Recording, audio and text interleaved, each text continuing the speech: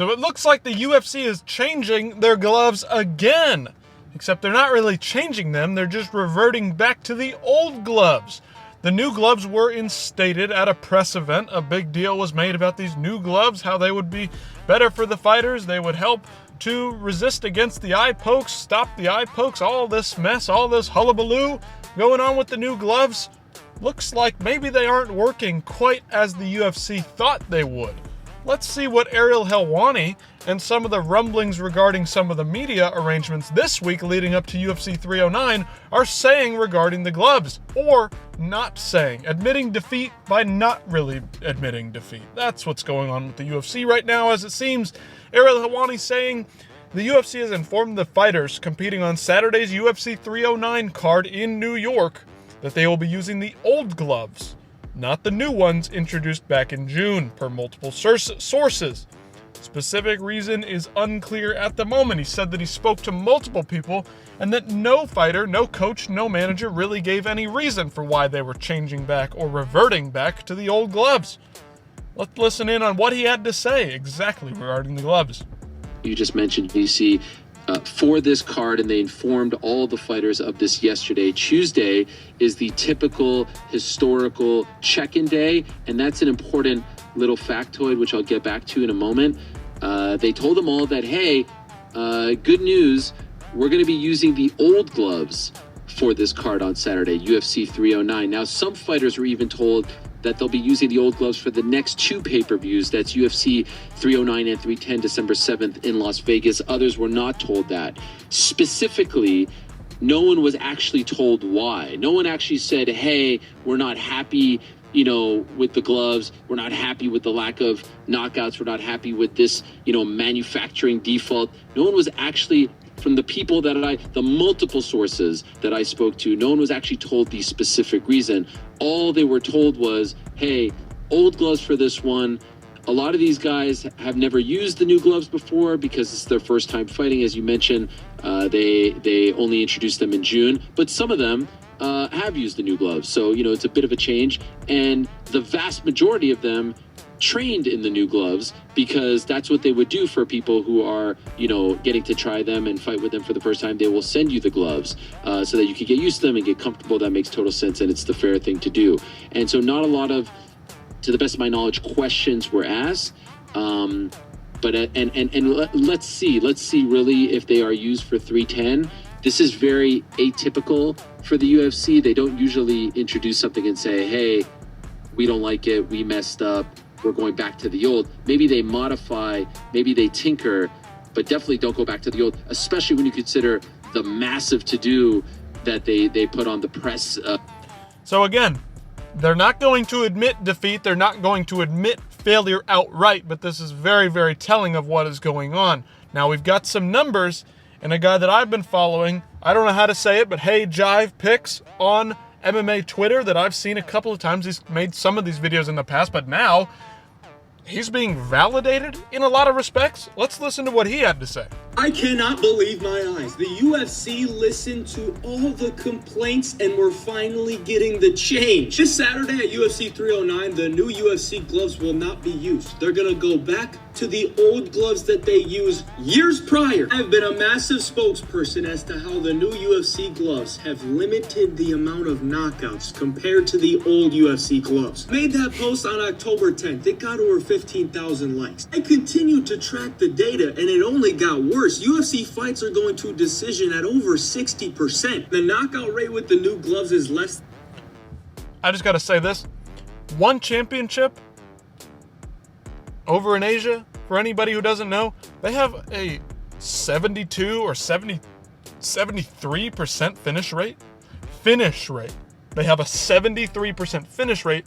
The UFC's finish rate, less than 40% right now.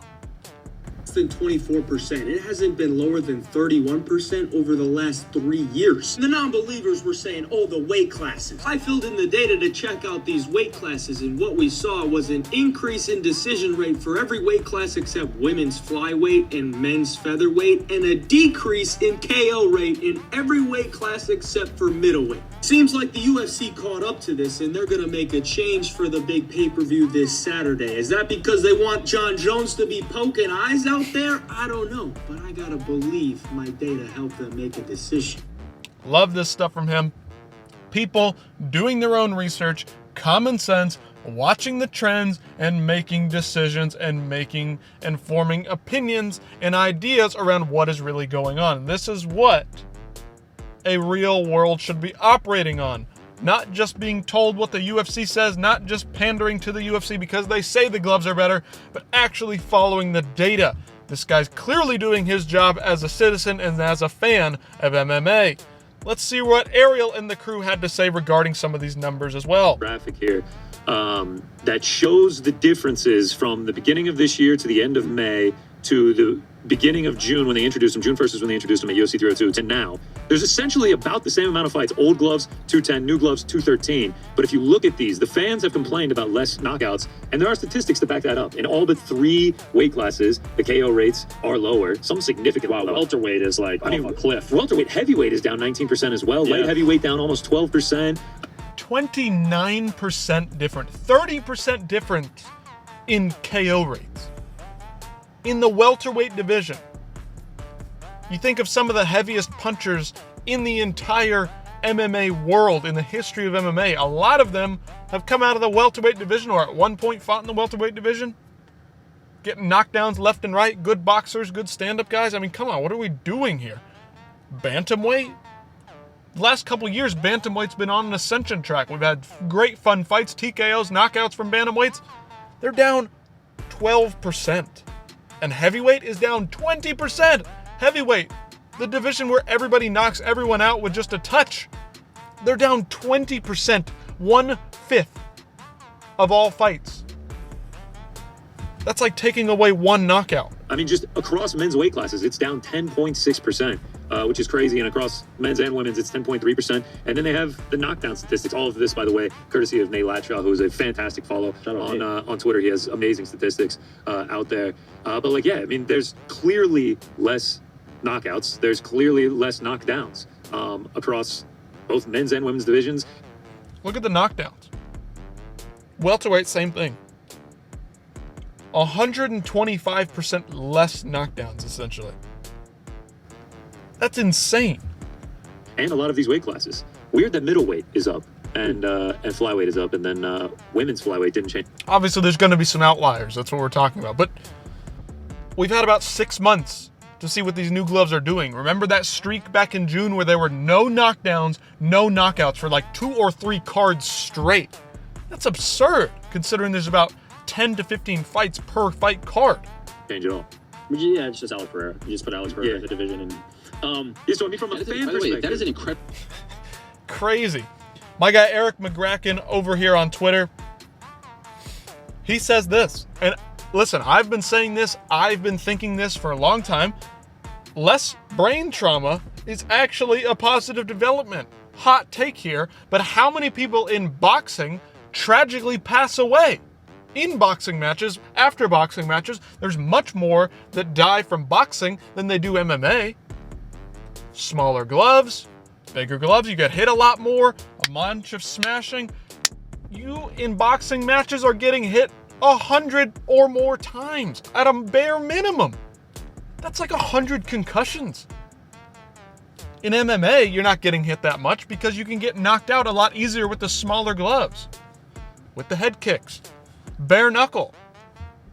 Yes, it's grotesque, it's violent, it's hard to watch at times because of all the cuts and slashes these guys are getting, but they're not taking the same kind of blunt force trauma.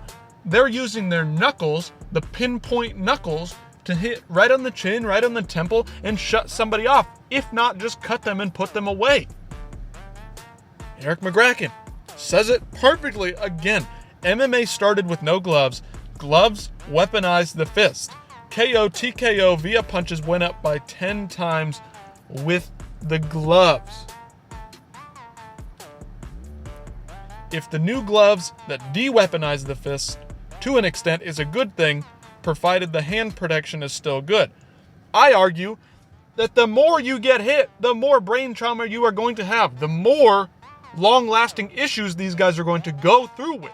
It's more exciting to have more knockouts. It's more dangerous to have more knockouts. I'm not saying we take the gloves off, but if the old gloves were creating more knockouts and more knockdowns. That means the fights were getting stopped sooner.